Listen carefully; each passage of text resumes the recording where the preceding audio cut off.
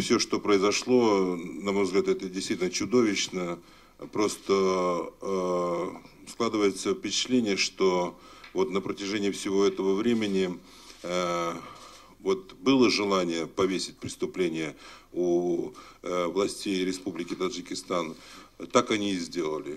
Почему так говорю? Потому что вот все-таки на протяжении достаточно долгого периода времени, это 45 дней, как выяснилось сегодня, я просто с Владимиром до пресс-конференции встречался, 45 дней нашего гражданина и часть экипажа держали просто под некой охраной в гостинице, где по предложению Службы национальной безопасности Республики Таджикистан они были помещены.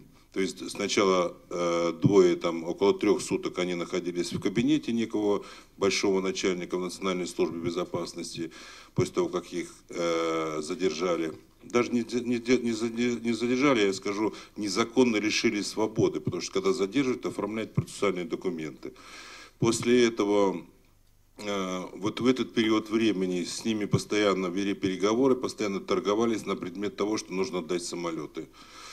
Значит, соответственно, Владимир Пилот, он не является ни владельцем авиакомпании, ни самолетов. Значит, соответственно, когда все уже стало понятно, что интересуется непосредственно собственником самолетов, Владимир сделал все возможное, чтобы Полуянов приехал туда и встретился с властями Республики Таджикистан. Соответственно, он туда приехал, велись переговоры. Полуянов сам ко мне приезжал, показывал мне документы о передаче, безвозмездной передачи 2 самолетов. Когда он отказался, с ним начали торговаться по заниженной цене и, соответственно, предложили контракт купли-продажи о том, чтобы он передал эти самолеты. Он отказался. Дальше он мне рассказывал, как он оттуда уехал, поскольку испугался за свою судьбу через там, горный перевал, он уехал, по-моему, там в Узбекистан. И после этого, соответственно, возбудили уголовное дело, это уже в мае месяце было. То есть вот эти 45 дней шла торговля по поводу этих самолетов. Отказался в мае месяце под предлогом того, что надо, даже не под предлогом того, что Владимир и часть экипажа уже просто подняли бунт. Говорит, вы на каком основании нас тут держите в гостинице? Приехало там 2 охранника, их охраняло. После этого приехало еще человек 12 ОМОНа. Когда уже Владимир поднял бунт и говорит, я сейчас вызову машину и уеду отсюда.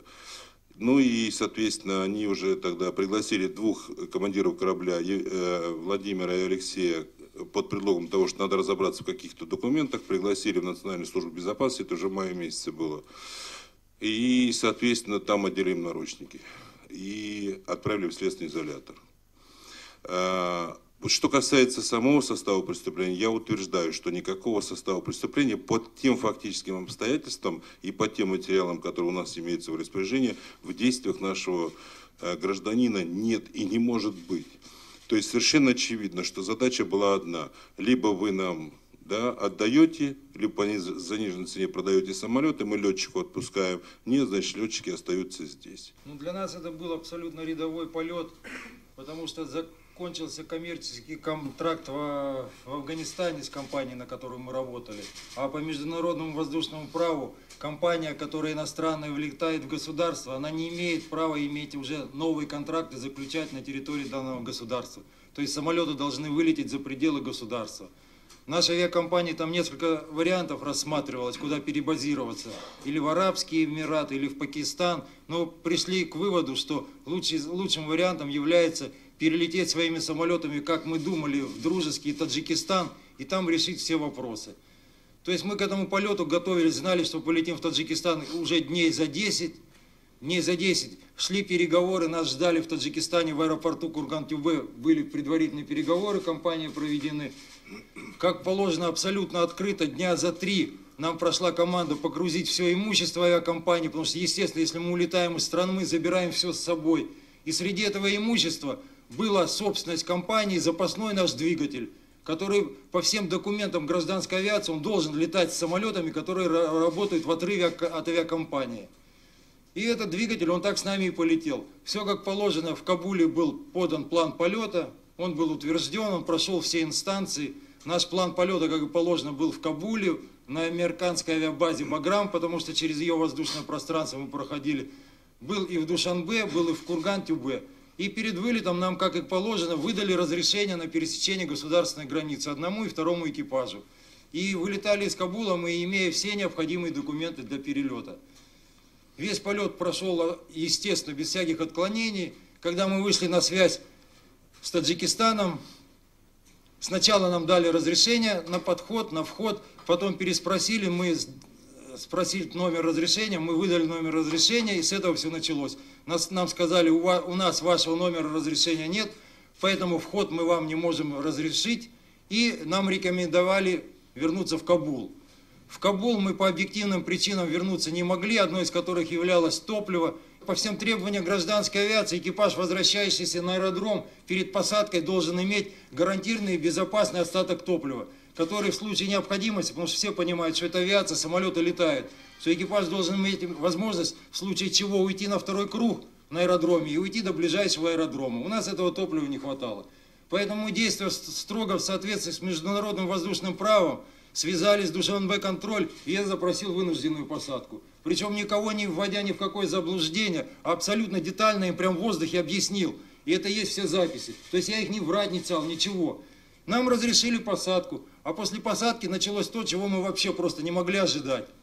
После посадки мы зарулили по командам на выделенной нам стоянке, открыли дверь, чтобы выйти из самолета, подошли люди в штатском, сказали всем оставаться в самолете, командир корабля на выход. Я вышел, ко мне вот эти люди в штатском подошли и задали первый вопрос был: вы афганская армия? Уже пришло время удивляться мне. Я сказал: какая я афганская армия? Кто вы тогда такой, что вам нужно в Таджикистане?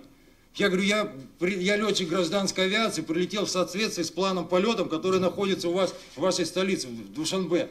Он сказал: что вы врете, что у вас в самолете, оружие, наркотики? Мы сказали: о чем вы говорите? Сейчас будет осмотр, посмотрите, убедитесь.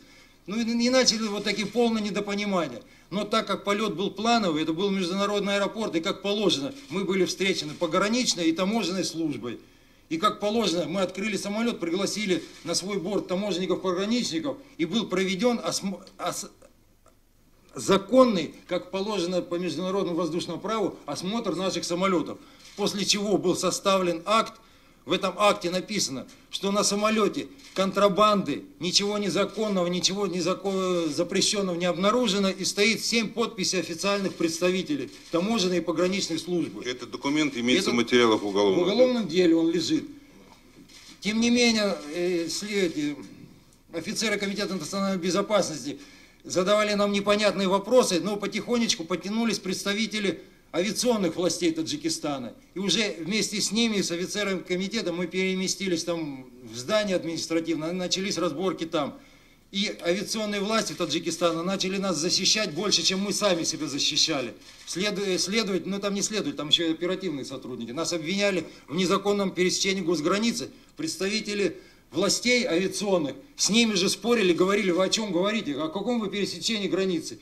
И на этом как бы все к вечеру закончилось. Когда мы сели в машину уезжать назад, как я и рассказывал, я оказался в машине с самым старшим по должности офицером, который ко мне потом обернулся и сам с удивлением сказал: я, говорит, ничего не пойму, вас так защищают, зачем нас вызвали?